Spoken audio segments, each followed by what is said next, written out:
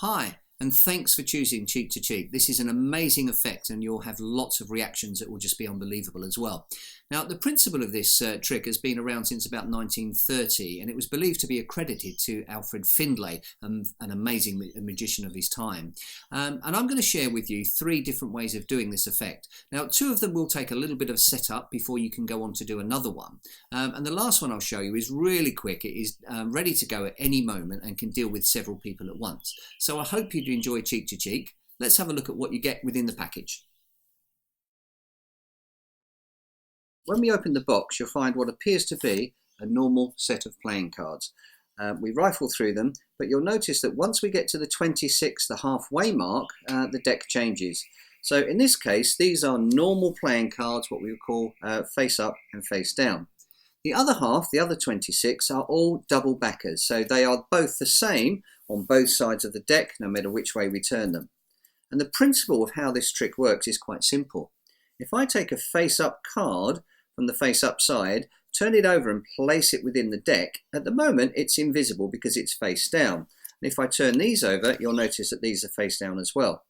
But as soon as I turn the double backers over and spread them out, you'll notice that the face card that I chose earlier on is now face up.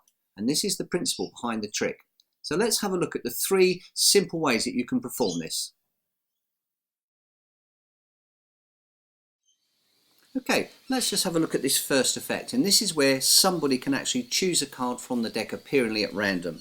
Now, to start with, you start with your face-up cards all on the top and your double backers all on the bottom. And I often open just with I'd like to show you something a little interesting with this deck of cards. And I'm just rifling through, letting them see the first half. This doesn't cause them to think there's anything wrong with the deck. They're all very different, but just make sure you don't go too far where you're showing the double backers. So nice and relaxed, I'd like to show you a rather interesting effect with this deck of cards. Now at this stage I'm just going to turn them over nice and relaxed, and I want them to choose a card from the deck, remembering that the top half are all double backers. So I'm just going to slide through them very quickly and then get to the bottom section and then say, well, I'd like you to pick a card, any card. Now it's very rarely that somebody won't take one of the cards that you're offering them. And if you do get the odd one that says, oh hang on, I want one from the top here, just slap them on the wrist and make a joke of it and say, look, come on, play the game. So again, I'm just forwarding through. Let's turn that one over because that's a trick for later. You're just going to slide through the cards. I'd like you to take one of the cards from the deck, any one that you like. And let's say this lady takes this one here, and we can hold that out and we can see that that is the King of Spades. Now at this stage we're going to put it back into the deck, and you just want to remember that it needs to go in with the double backers, which is the top half of the deck. So I'm quite literally going to slide it in within the top half, nice and relaxed, and you can spread them out so that they can see that all the cards are face down and your card has disappeared into this deck. Now I also like to have a little shuffle, so if you don't mind I'm going to shuffle them very differently. Now at this stage you would do this under cover of keeping the hands this way in front of them, but I'm going to show you the exposed view.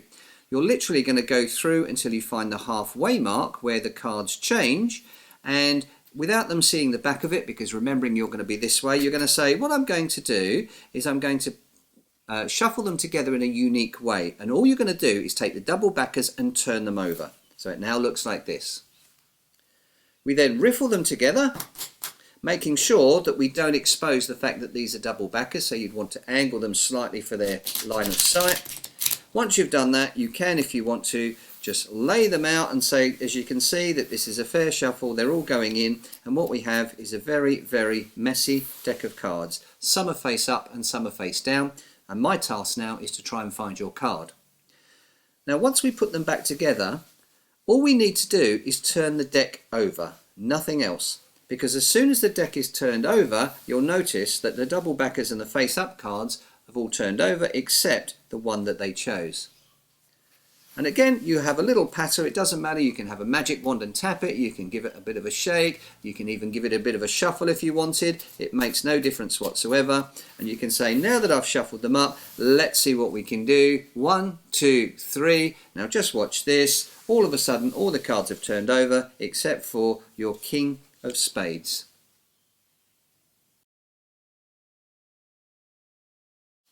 Now this second effect is quite easy, and it allows the person you're doing the trick to believe that they're making all the choices. So if you're not sure of the handling, sometimes this is a much easier way to do. Again, the setup is exactly the same. I have all of my normal cards on top and my double backers on the bottom. Now I normally start off with a simple, look, I'd like to show you something interesting with this deck of cards. Now I'm just, again, scanning through halfway and stopping just before the double backers, and the assumption is that they're all going to be the same. Now at this stage I'm going to have the cards turned over to them while I do this, but I'm going to show you the exposed through. You're going to get the halfway mark and go, well look, what I'm going to do is I'm first of all just going to shuffle these two cards together. Once you've got the halfway mark, you're just going to turn them over so they don't see that's double backer. Again, this is exposed view, and I place the two decks down. And I'm going to allow them to make a choice. Which card deck would you like to choose? Now if they choose this one, these are the normal cards, and I'm quite happy with that. They keep that deck and I use this one.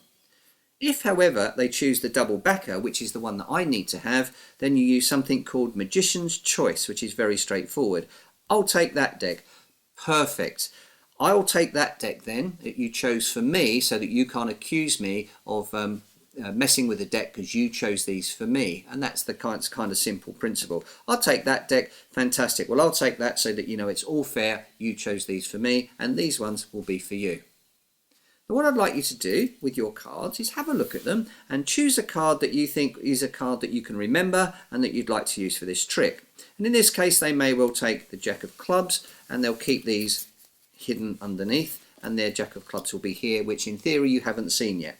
And all I'm going to do is going to say, right, place your Jack anywhere that you like within my deck, and they'll place that into the double back pile, nice and relaxed and easy. Now that that's face down, you don't do anything else other than say, well look, let me shuffle them all together to make it a bit more interesting. In fact, the way that I'm going to shuffle these is to turn this over, which is their deck, and I'm just going to shuffle them all together in the same way that we did before. We now have a nice mixed up deck that you can then spread out for them to say, this is going to be very interesting because I now need to find your card within this mess of cards. Now again, I just turn the cards over. We are now the other way around, so the face cards are all face down and the double backers, it makes no difference. Give it your little shake. Once you spread them out again, you'll find that every card is turned over except their chosen card, the Jack of Clubs.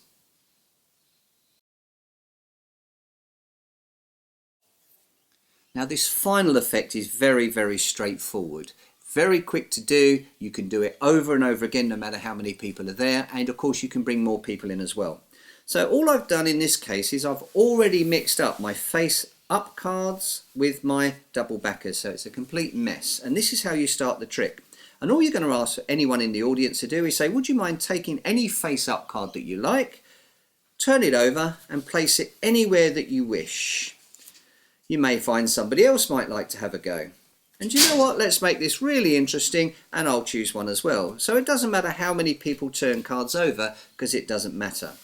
You can then say, well look, let's make this a bit more interesting. I'm even going to give them an extra shuffle. So what you've done then is shuffled them up and say, well now we've got to find those cards within this mess.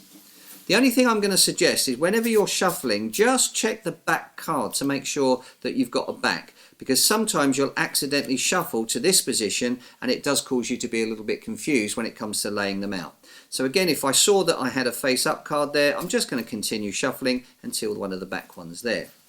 So my job now is to find your cards within this mess. And we're now back to the normal where I just turn them over, I can give them a little shake, and all the cards would have turned over except for 3 cards that was chosen.